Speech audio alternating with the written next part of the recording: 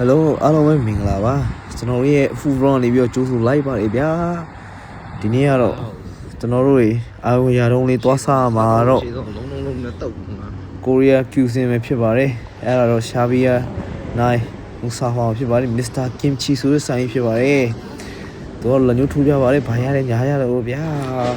အရင်ဆုံးရောက်ပြီဆိုတာနဲ့ကိတော့ကနေပြီးတော့မီနူးတွေကိုလှန်လောပြီးတော့ကုချင်းစီကိုစားခြင်းနဲ့ຢာလေးရွေးတယ်ပေါ့နော်ပြီးတော့ဒီမှာကြည့်ရတဲ့လောက်ဆိုလို့ရှိရင်ဆက်မီနူးတွေကပို့ပြီးတော့တန်တယ်တကူချင်းစီမှာထားဆက်မီနူးတွေကပို့တန်တယ်ပိုရှင်ရလည်းအများကြီးပဲအလာကရဲ့ပိုရှင်နဲ့ဆက်မီနူးကပိုရှင်ကတူတူပဲဒါပေမဲ့ဆက်မီနူးကိုမှားလိုက်လို့ရှိရင်เนาะပို့ပြီးတော့ဈေးသက်တာပြီးတော့ပိုရှင်ကလည်းကြီးကြီးလေးတူကောင်းကောင်းလေးရရပေါ့နော်မှာလာတဲ့အချိန်လေးမှာဟို6ကြီးတီ6ကြီးနဲ့အမလိုက်ဆက်စုပါရရှိလဲဆိုပြီးတော့ decoration ဘယ်လိုရှိလဲဘာညာဆိုပြီးတော့ကြည့်ကြပါတော့ကဲမှာလာတဲ့ဟာလေးရောက်လာပါပြီဆိုတော့အစကတော့အဲ့လောက်ထိကြီးမယ်လို့မထင်ဘူးပေါ့နော်အရင်တစ်ခေါက်ကလာစားဖို့ဝင်မဲ့အဲ့တုန်းကလည်းအဲ့လိုစားခဲ့ရကြပြီဆိုတော့တိတ်မမီတော့ဒီတစ်ခေါက်ကလည်းကြော်လေးကိုမှာလိုက်တဲ့ခါကျတော့ဒါကတော့ sweet chili chicken ပေါ့နော်တော်တော်လေးကိုစားလို့ကောင်းတယ်ဒီဆုံး side plate ကိုစောင့်နေရဒါပေမဲ့မစောင့်နိုင်တော့ဘူးပေါ့နော်အရင်ကမြင်ကြည့်နေပြီမစားဖြစ်တာလည်းကြာပြီဆိုတော့အဲ့ဒါစားနေပါပြီသူ့ရဲ့တော့ပုကီရတာတော်တော်ကောင်းပါတယ်တော်တော်လေးကိုစားလို့ကောင်းတယ်ကိုရီးယားဆိုင်တော်တော်များများမှလည်းဒီလိုတော့ပုကီကောင်းတယ်ဆိုလို့ရှိရင်ကျန်တဲ့ဟာတွေကအရန်ကောင်းတယ်ဘာလို့လဲတော့ပုကီကသူတို့အတွက်ကတော့ဒါအလွယ်ဆုံးပေါ့နော်ဒါပေမဲ့လည်းတော့ပုကီထဲမှာရှိတဲ့ sauce တွေကအရသာရှိတော့မှပဲတခြားအဖူတွေလည်းနေမျောလင်းလို့ရတာပေါ့နော်အဲဒီတစ်ခုမှတော်တော်လေးကြိုက်တယ်အားကြောင့်မို့တော့ပုကီကိုအရင်ဆုံးအများကြီးစားမိပါတယ်ပြီးတော့မှပဲထမင်းတုပ်လုပ်ဖို့မေ့နေရဒီနေ့ကဘာမစားသေးဘူးဆိုတော့တော့ပုကီလေးကိုပဲစိတ်ရှိသလောက်စားပြီးတော့မှပဲထမင်းတုပ်လုပ်ဖို့စပြီးတော့ထည့်ပါတော့မယ်။တော့အကုန်လုံးကတော့အိုးထဲမှာထည့်ထားပြီးသားပေါ့နော်။ဒါပေမဲ့ sauce တွေတချို့တခြားအဲ့လိုမျိုးအချင်းလေးတွေကကြတော့အပြင်မှာ side dish အနေနဲ့တော့ထားထားပြီးကိုလိုတလောက်ထည့်လို့ရအောင်ပေါ့နော်။ဒါပေမဲ့ကိုကကြတော့အရင်ကြီးစက်တာကိုမကြိုက်တော့အဆက်ကလေးကိုနည်းနည်းလေးပဲထည့်ပြီးတော့နေမှာပါ။ဒါသူပေးထားတဲ့ sauce လေးပေါ့နော်။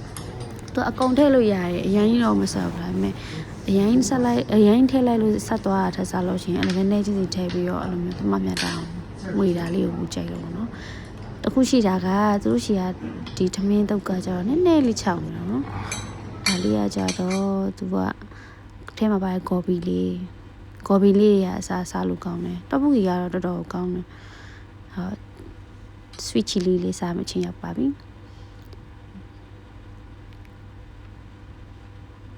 အပြင်ခွန်လေးကလေကျွတ်ရွာပြီးတော့အသားလေးအထက်ကအသားလေးကအဲ့လိုမျိုးနုညံ့ညံ့လေးဆိုတော့တော်တော်စားလို့ကောင်းတယ်အရသာလည်းတော်တော်ရှိရပါတော့ဒီလိုပိုရှင်ကြီးရလေအမှန်ကယ်ဆိုလို့ရှိရင်3ယောက်လောက်တော့စားလို့ရတယ်ပေါ့နော်အဲ့လိုမျိုးအများကြီးအဝစားရင်တော့မှအဲ့လိုမျိုး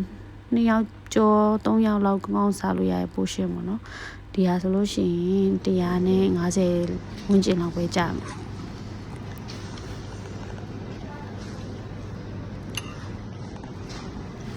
မင်းတို့လေးလဲစားရင်နဲ့ဘလို့ကုန်လုံးကုန်မှာမသိအောင်စားလို့ကောင်းတယ်ဒါကတော့ဘိုက်စာလို့ဆိုပြီးတော့ဒီနေ့ကိုရီးယန်ဖူကိုအာတီတာဖြစ်နေပါတယ်ဆိုတဲ့ဆရာကြီးဖြစ်ပါတယ်ကျမဝေးချမယ်လို့ပြောပြီးနေရစားပြီးတော့ဒီဇိုင်းသွားဖို့ပြောနေတာသူပါပဲ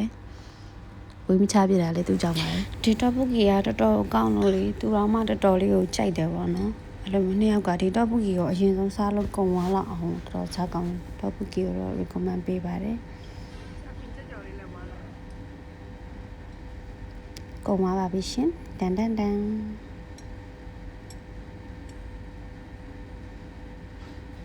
ော့ပုကီရဲ့နောက်ဆုံးတစ်လုံး